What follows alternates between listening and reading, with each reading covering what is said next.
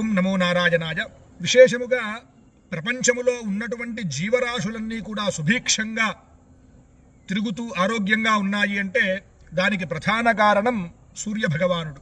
అటువంటి సూర్యభగవానుడికి ప్రీతికరముగా ప్రతిరోజు కూడా అర్ఘ్యప్రదానం నమస్కారం చేయడం ఉత్తమోత్తమం. ఇంకా విశేషముగా మాఘమాసములో వచ్చేటటువంటి శుక్లపక్ష సప్తమి రోజున అనగా రథసప్తమి రోజున సూర్యభగవానుడిని ఎర్రటి పుష్పములతో పూజించి మరియు ప్రీతికరముగా గోధుమ రవ్వతో చేసినటువంటి లేదా గోధుమలతో చేసినటువంటి పాయసాన్ని నివేదన చేయడం ద్వారా ఆ సూర్యభగవానుడి అనుగ్రహం కలుగుతుంది.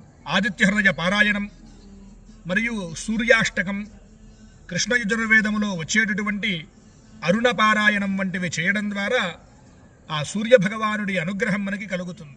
ఇదే రోజున ప్రాతకాలమునే స్నానము చేసే సమయములో తెల్ల జిల్లేడు ఆకులను తీసుకుని శిరస్సు మీద మరియు భుజముల మీద ఉంచుకొని ఈ శ్లోకాలని పఠిస్తూ స్నానం చేయడం ద్వారా ఆ సూర్యభగవానుడి అనుగ్రహం మనకి కలిగి మంచి ఆరోగ్యం మనకి లభిస్తుంది.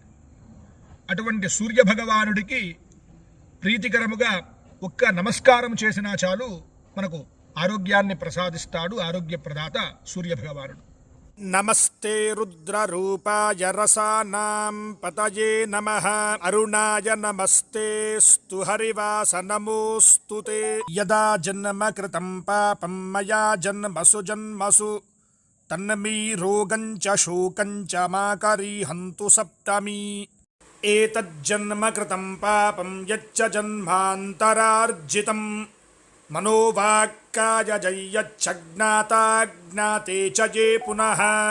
ఇతి సప్తవిధం పాపం స్నానాన్మే సప్త సప్తికే సప్తవ్యాధి సమాయుక్తం హరమాకరి సప్తమి.